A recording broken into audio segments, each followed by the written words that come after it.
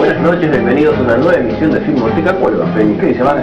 Muy contento. Usted ve que siempre nos piden, queremos cine independiente, ¿no? Lo cual es una pregunta un tanto amplia, ¿no? Porque cine independiente puede significar un montón de cosas, ¿no? Por un lado, una forma de producir una película, una cuestión de presupuesto, pero cuando piden cine independiente en realidad se están refiriendo a una forma de ver el cine, ¿no?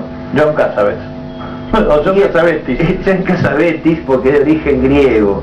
Y cuando piden eso, cuando piden cine independiente, se están refiriendo precisamente a John Cassavetes. El que inició, el padre de este moderno cine independiente es John Cassavetes. Fue John Cassavetes porque lamentablemente murió en los años 80. Sí, es así, y en realidad hay una doble paternidad allí, es decir, una que ha sido más constante, en todo caso, que la paternidad de Cassavetes, que se reparte con su propia fama previa, ¿no? Es decir, allá, no una estrella, pero sí un actor que aparecía en películas de Hollywood, digo, al principio del reparto, es decir, un tipo bastante apreciado y muy conocido, digamos, ¿no? Entonces, por un lado está esa paternidad, pero por otro lado está Jonas Mekas.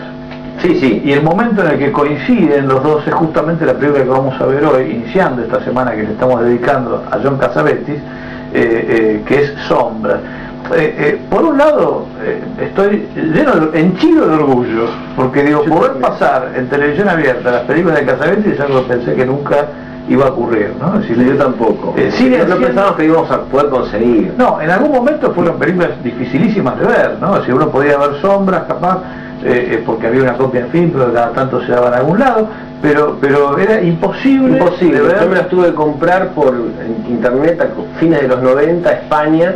Recién entonces ahí las pude ver todas. Yo recuerdo haber visto la copia de Faces sin subtítulos en un VHS inmundo que me prestaron una vez y fue la primera vez que la pude ver. Killing of a Child Bookie la vi mucho después porque me la prestó Samaritano, digamos, cosas así. Era realmente un cine difícil. Y recién en los últimos años, los últimos 10, 15 años, se ha restaurado su obra, se ha ordenado su obra, porque es pelote total, en dos casos que vamos a exhibir en esta semana. No se puede hablar de una película sino de dos con el mismo título, sí, ¿no? Son dos películas diferentes. Y ese desorden que tiene un poco es inherente a la forma de producción del propio Cassavetes, hacía que la comprensión de su obra fuese especialmente difícil. Sí, hay que digamos, aclarar de entrada que Cassavetes, aparte de ser un actor de Hollywood, era un hombre de teatro que enseñaba su método, que tenía que ver con la improvisación, ¿no? Y a partir un poco de estos experimentos que hacían en el teatro, decidió probar hacer una película de la misma manera, o sea, a partir de improvisaciones, ¿no? Sí, esto no hubiera sido posible sin la existencia de una cámara que es la Reflex, que cargaba una cantidad de películas y era prácticamente insonora, entonces digamos, podía capturar sonido directo, cámara de 16 milímetros, cámara de 16 milímetros, prácticamente todo cámara en mano. Y la idea era filmar la vida de gente común, ¿no? De gente más bien de beatniks, en realidad, porque es una película como más bien de la generación beatnik. Hoy es, como decía Vanes al principio, digamos, esto, sinónimo de la independencia. Y todo el mundo hoy en día filma como lo que vamos a ver a continuación. Pero en 1958 no se le había ocurrido a nadie, y si bien existía un cine independiente, estaba más ligado a la plástica, al experimental. Claro, lo que hizo Cassavetes fue hacer eso mismo, pero llevándolo de a poco, para ver que esta primera película que vamos a ver es bastante experimental, si se quiere, pero ya en la película que vamos a ver mañana, logra unir esto con lo que es hacer una película tradicional, si se quiere, ¿no?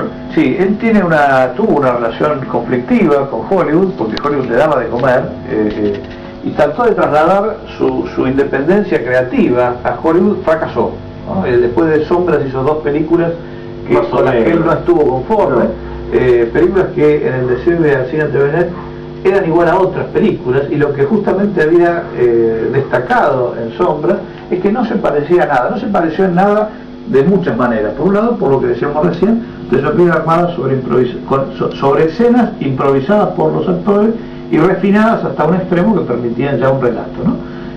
Pero por otro lado, decíamos, bueno, no hay una sola película que se llama Shadow, son dos. Él estrena primero una, siempre en un contexto de cineclubes y de filmes sociales. 1957. No queda conforme, la película llama la atención, bueno, Mekas escribe elogios y ditirambos espectaculares, ama la película.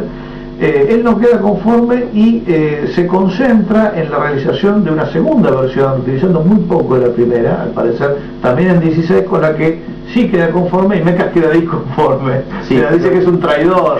Sí. Bueno, pero con esa película él va, creo que a Venecia. Primero la muestra en Estados Unidos, sí, de manera muy limitada, la lleva a un par de festivales porque lo invitan, en realidad lo invitan, la película ya para él estaba muerta. Y ahí se fijan en él. Y ahí la película despega, se estrena en Londres con un éxito comercial impresionante, totalmente imprevisto para todo el mundo, y después de ese estreno, la distribuidora que la había comprado para estrenar en Londres la lleva a Estados Unidos. O sea, es una película que se estrena en Londres como si fuera una película británica, claro, cuando en realidad era absolutamente norteamericana. Pero sucede esto, el independiente norteamericano es el más desamparado de todos los cineastas independientes, porque en general es independiente en el mundo, depende de los subsidios públicos, como el caso argentino, es decir, hay una entidad oficial que se ocupa de producir películas y garantizar que esa cinematografía nacional no se extinga. El independiente en Norteamérica no tiene ningún subsidio de nada, no, está librado a su propia suerte. Sombra se produjo con plata de un montón de gente, por supuesto de Gina Rowland, del del propio Cassavetes, que estaba haciendo Affair in Havana, yo creo que parte de la película esa, que consiguió Manes hace poco, horrible, es tan buena como la que transcurre en Cuba. Esa plata seguro que fue toda entera a Sombras, pero también William Wyler puso plata en la película, porque vio fragmentos y se entusiasmó, ¿no? Vamos a ver entonces. Vamos a ver la segunda versión. Sí, la primera estuvo perdida hasta hace poquísimo. Hubo un señor que se pasó la vida rastreando por todos los estados de Estados Unidos hasta que finalmente un cartonero parece que es así, la encontró y lo decir se ha mostrado. Nosotros no la hemos visto, lo que vamos a ver es la versión conocida, por comillas, convencional, que es la que se estrenó acá en Argentina, también bastante tiempo después de que se hizo, ¿no? Es decir, llegó justamente como llegan hoy en día las películas independientes. Sombras, entonces, de John Cassavetes, para iniciar esta semana que le vamos a dedicar esta noche en Filmoteca después de la breve pausa.